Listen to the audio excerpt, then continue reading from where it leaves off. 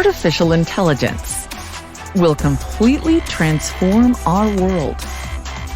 But what is AI? Why will it affect you? And how can you and your business survive and thrive through the AI revolution? Welcome to AI and You. Here is your host, author, speaker, and futurist, Peter Scott. Hello and welcome to episode 134. Today we will conclude the interview with Tony Czarnecki. Tony is a futurist in the United Kingdom, a member of the Chatham House in London, and the managing partner of Sustensis, also in London, a think tank for inspirations for humanity's transition to coexistence with superintelligence. Tony is the author of several books on the subject of superintelligence, 3 of which form the Post-Humans series. His latest paper is called How Might Transhumans Control Superintelligence?, which is really the bread and butter for when we get into the further future on this show. Last time, we discussed how Tony sees 2030 as a tipping point for when we may lose control over AI. Emphasis on may. We're talking about much more subtle distinctions than Terminator-style fantasies.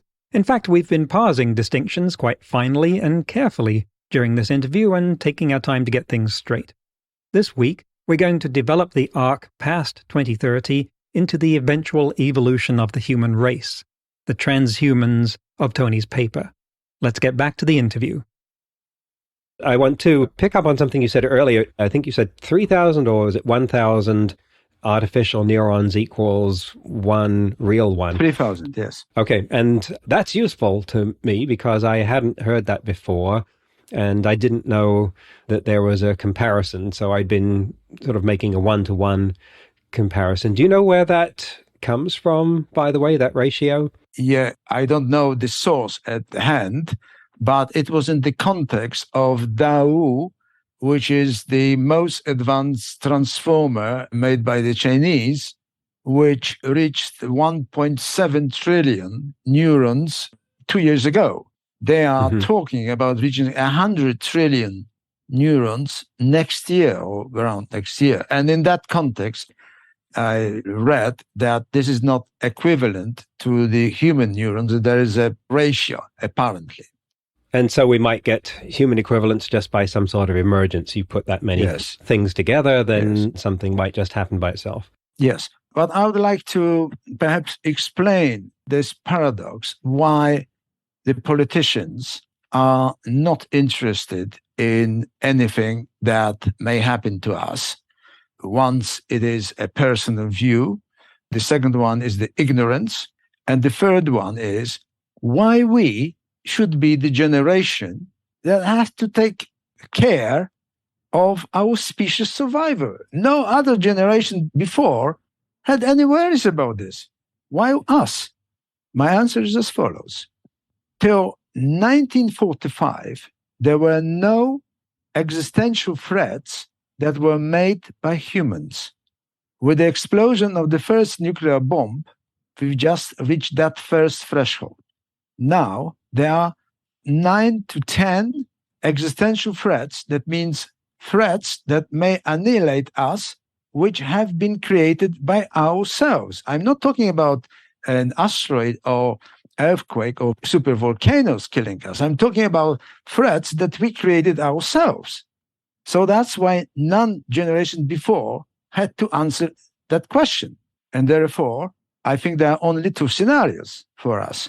Either we become extinct or we evolve. And people may ask, for God's sake, what are you saying? We evolving? Now look at that. 99% of all species that ever existed are extinct. Of several of our cousins, the hominids, like Neanderthals or Denisovans, only we survived. And by a very low margin, around 75,000 years ago, some scientists say only 5,000 humans, some say around 100,000 humans because of the supervolcano, right? So we had a near miss. There is no guarantee that we should survive forever. So the only hope and the only way is the way forward, not to ignore the laws of evolution, but to ride on it. actually create the evolution in our own way, which sounds grandiose, but I think just luckily we got a tool that can be our master or it could be our savior. It's up to us to decide.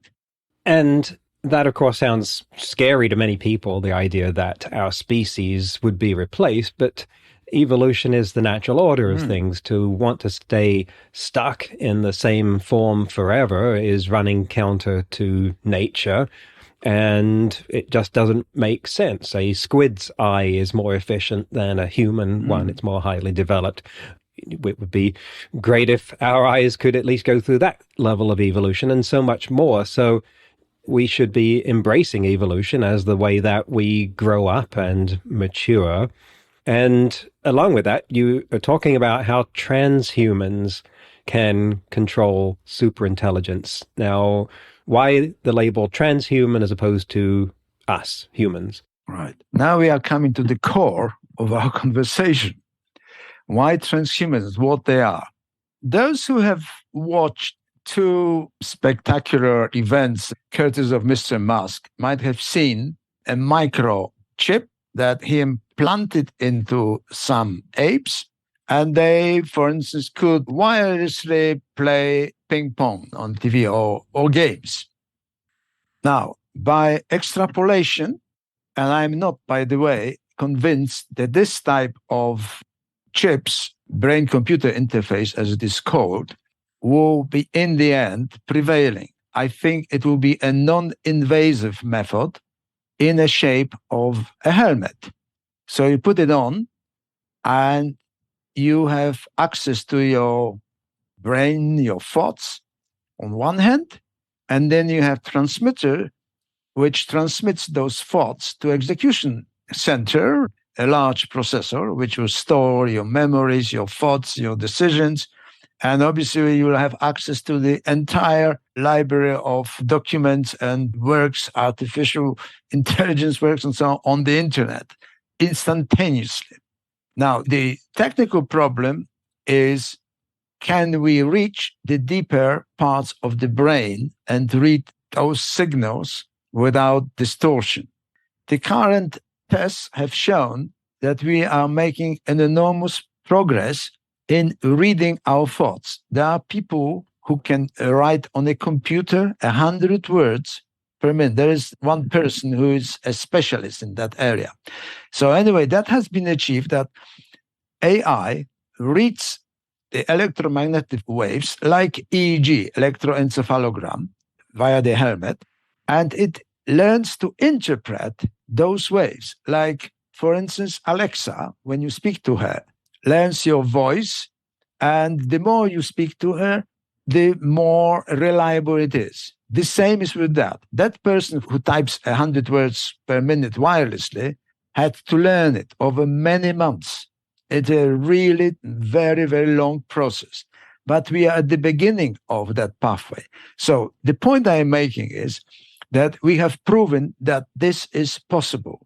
What we haven't proven yet, whether we'll be able to download consciousness somehow, and whether we'll be able even to download everything or have access to everything which our brain generates. That we don't know yet. But I would say, judging by our current progress, that we'll be able to do that. So that's the introduction, how it can be done, if you like, technically. Now, why we would do that? We would do that primarily and first of all, in order to control artificial intelligence. You may be surprised why that link. I would say that all the research carried out until today has proven that there is no fail-safe method to control AI. For instance, Nick Bostrom's eminent book, Superintelligence, where he has dissected all the possible methods of controlling AI, proves it's not possible. You can, yes, increase the probability that there is some level of control, especially if you apply all those controls simultaneously, but it will never be fail-safe. In my view, the only way, and perhaps the most obvious way to control superintelligence or the maturing superintelligence is to control it from inside. So people may imagine, all right, so what? You want to get inside the computer and they'll feed you some water and food and you live with it? No, we are talking about fusing the human brain, or perhaps part of the thoughts or control area, with the, if you like, the main switch controlling the most advanced AI systems. Now, so that's how it can be done. But we are not talking about one individual. We are talking perhaps initially about 100 of individuals. And you may wonder, who are they? I propose the system that we have been familiar for well over 20 years. I wonder how many people know that it's the internet. The internet has been outside of the control of governments for over 20 years, and nobody can switch off a global internet, by the way. But the internet is governed by so-called W3C consortium. And this is a consortium that is populated by the scientists from various, mainly technical areas, psychologists, some politicians, philosophers, and so on. 1,300, roughly, about them. And they decide the internet protocols and so on and so on. So what I'm proposing is something similar. Let's say we have 50 top AI agencies, such as Alphabet, Amazon, Microsoft, Google, and so on. DeepMind, I mean. And those agencies, those companies delegate initially perhaps one representative of theirs to be selected. They may actually put forward a number of people, all top AI scientists, but also those people will have to have certain credibilities and, if you like, psychological profile. So they will have to be assessed by an independent committee for their suitability to become transhumans. So once they pass the test and they agreed to that, because it's a sacrifice from them. Imagine that their thoughts will be read by other of those colleague transhumans, because it will be a network. So each other will be able to read that part of their internal world, their thoughts. And in that way, those, say, initially 100, maybe 200 of transhumans will be able to make decisions when to update the advancing, maturing superintelligence or to stop it. So they will be growing with it. So that's the first phase. That sacrifice is like the first astronauts going to Mars. They'll be giving up their participation in the real world for the sake of being our liaisons with the global superintelligence in your scenario there. Is that right? That is precisely so. Now, in terms of the time frame for this, do you see brain-computer interfaces playing a part by the 2030 tipping point, or are we talking further out? No, actually, I'm talking earlier. My date is around 2025. So in 3 years' time, I think we will have budding BCI, brain-computer interfaces, in, say, a form of helmets that will have useful access, wireless access to computers, where probably some of their ideas, some of their thoughts, or some of their text that they would like to read would be stored wirelessly on digital devices. So that may happen, in my view, in around 3 years' time. And since this is advancing, the capabilities of these devices will improve exponentially, like most of digital. So in, say, by 2030, it will be roughly 20, 30 times more capable in 2025. Wow. In your paper, you say that ultimately there will be just one superintelligence, a single entity. That seems to be at odds with the way things are developed right now, where you've got an AI from Amazon, you've got an AI from Apple, you've got AIs from the big tech companies, and they're not about to say, okay, let's just all put those together into one. Why one superintelligence? Yes, the question is superb. First of all, before we come to the final product, the real superintelligence that will very quickly mature into a singularity and run away from us and have ultimate control about anything, we will have that AGI, artificial general intelligence, that by the end of this decade, probably, which I call sometimes a maturing or immature superintelligence. So I'm mentioning year 2025 as the start of controlling this superintelligence from inside, because we need several years to test it, how it would work, and so on. Now, answering your question, whether by 2030 there will be just one such a system or many, there will be many. Absolutely. I am absolutely certain that there will be many, because it's too short and people think that their system is better and so on. I don't think that by that time we'll have the sense that we must pull all the resources together for the survival of ourselves, of a human species. That will happen later on. However, if such a consortium of AI control, like global AI consortium, is created, and why shouldn't it? Think about this. There is only one internet. There aren't many internets on the same. That's the reason why I think there should also be one global AI controlled initially by an independent organization such as the internet is controlled, until the time where we have, and I hope it will happen by the end of this decade, but this is my hope, I'm not saying, so it will coincide with those 2030 date, when the control would pass to a de facto world government. Why I'm saying de facto? Because I'm a realist.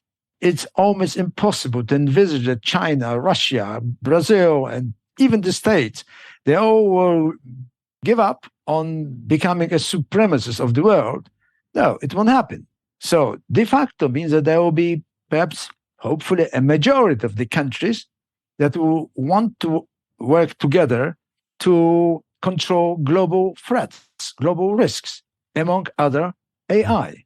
And at that time, if such a de facto world government comes into existence, then the selection and monitoring of those transhumans would go to that organization. Around 2030, my best guess would be, and I remember what Mr. Watson said in 1953, there will be only 3 computers. Or Bill Gates, that the biggest computer will have 640 kilobytes. So I am very careful of what I'm saying. But my best guess is that by 2030, we may have tens of thousands of such transhumans controlled by such a de facto world government or its agency. And that is our greatest hope. This is why I'm so optimistic, because I can see the way out. If I may just finalize this way, we may have had all those 8 existential risks and no escape route. But we have the 9th existential risk, which is AI, which incidentally provides us an escape route, the evolutionary path. And that's why I'm so optimistic, if you want to take it. Right. And I want to give you full rein for that optimism in a moment, where AI could be the existential risk that solves all the other ones for us. Just for the people who are thinking that the control problem is overblown, that they're thinking, why don't you just turn it off? We don't have the time to get into that, but it is easily defeated as a mechanism. And in fact, even right now, if Apple had to turn off Siri, I doubt that they could do it, at least without catastrophic damage to their server infrastructure. And basically, this is the turning it off doesn't work because you have AI that just migrates around the cloud and you don't even know where it is, let alone how many things you have to turn off. I just mentioned that we can't switch off global internet. It's impossible. It hasn't been possible for 20 years. So exactly. That's your switch.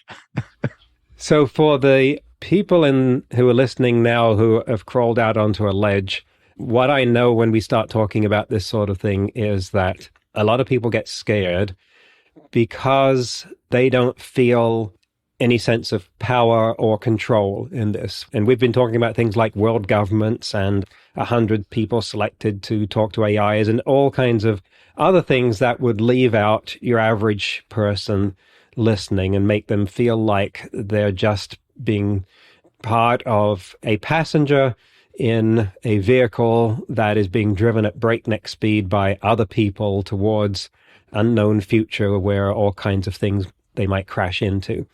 Can you exercise that optimism you've been talking about in the service of helping people understand what they can do, how they can prepare, and what role they can play?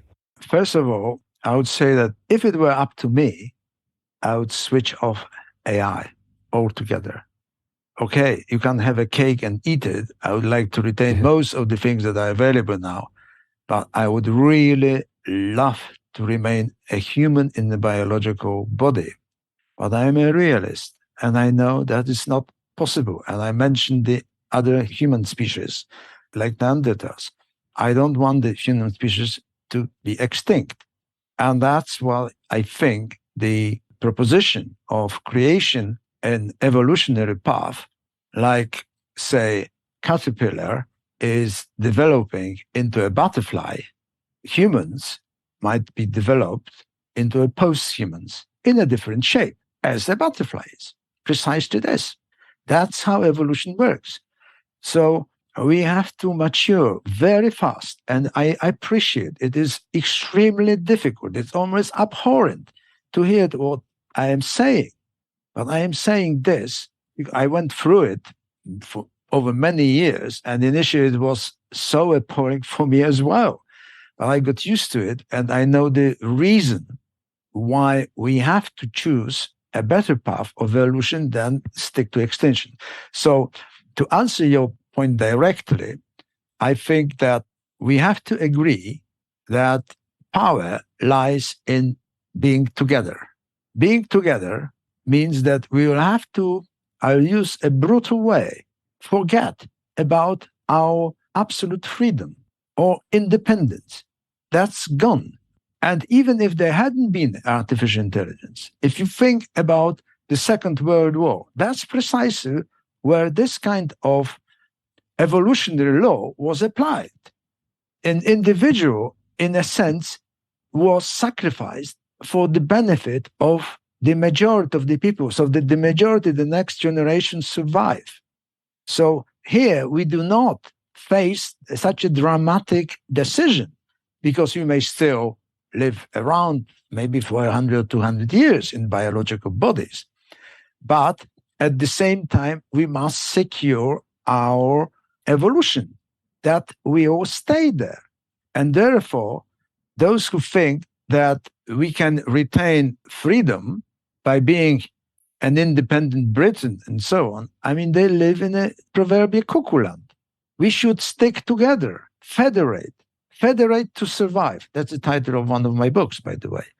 So that, yes, we all still retain some freedom, but not that much freedom as before.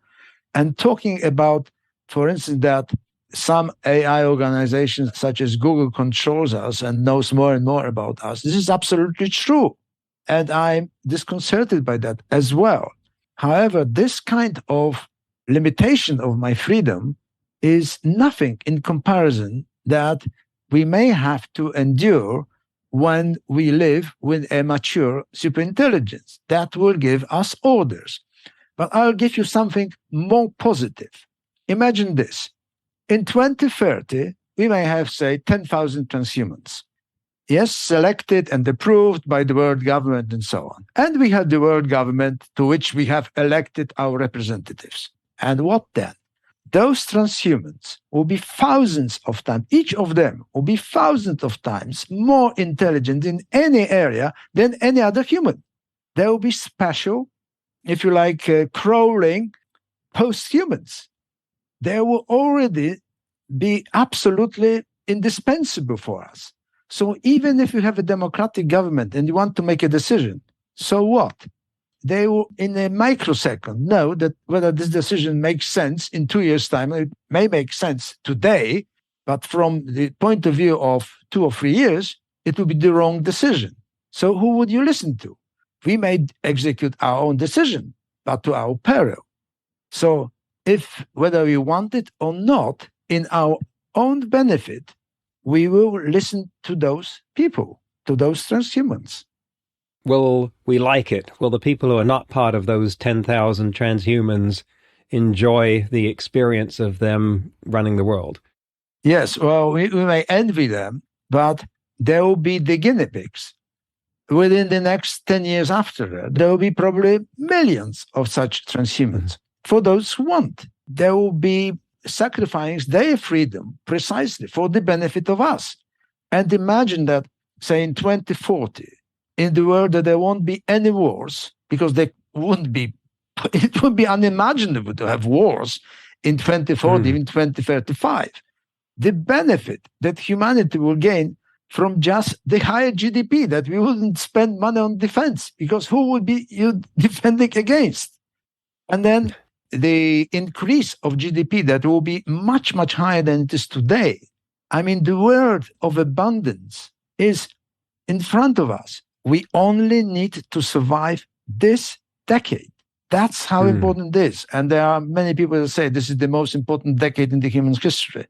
And there is cause for optimism. And maybe freedom isn't monochromatic, but that we're talking about giving up the freedom to be an individual, which feels like an important freedom, but that if you then become this transhuman and are connected to all the other transhumans in a way that my left finger is connected to my right toe, right now they're all part of the same body. They all join together in fulfilling goals that they couldn't dream of or achieve alone, then they would be achieving a freedom to be the next level of human existence that was connected in a way that they would never want to give up. So there is a greater freedom on the other side of that. What do you think of that statement? Yes, now we are entering the area of philosophy, which is also my favorite subject.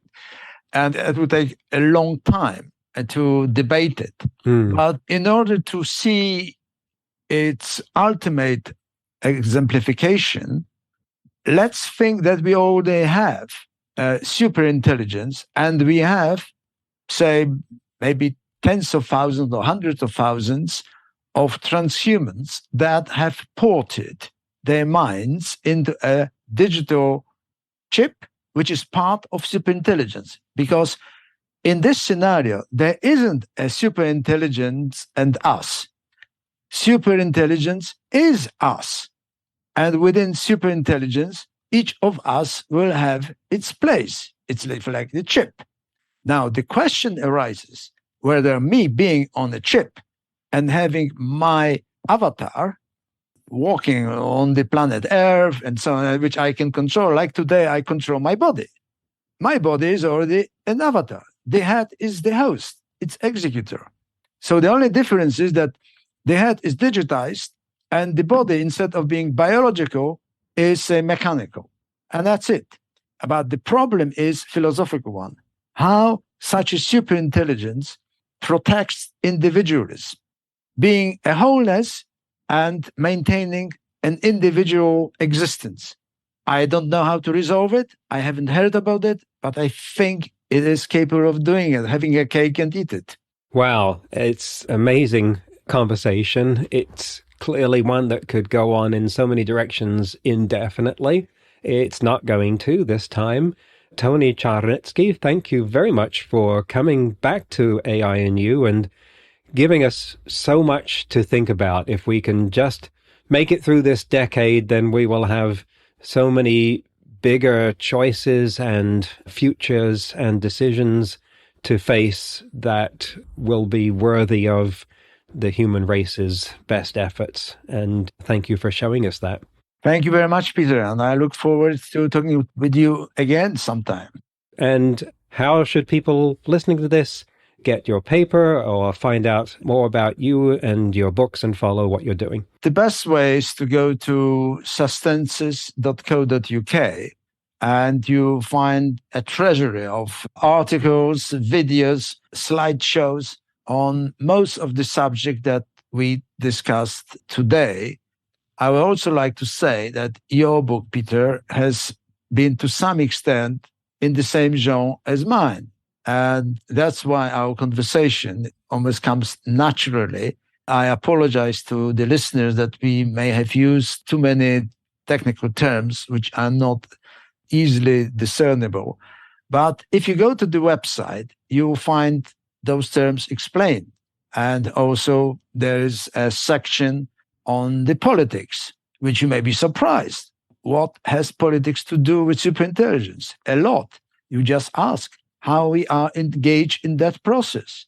By speeding up the creation of the de facto world government, which we will be choosing, so being part of it, and then controlling those transhumans, at least for the next 20 years or so. And that control might simply be reduced to appointing them or relegating them by getting rid of the helmets and so on, so that they will be in some way controlled. But remember that those initial transhumans will be the crème de la crème of humanity. They won't be just specialists. That's why the selection process is so important and should be done by an international body representing all of us, because it will also represent the people who have certain values to which we adhere. And you will find all of that on the website, sustensis.co.uk as well. Sorry for the promotional spiel. Oh, no, that's not promotional at all, except to the extent that it's worth promoting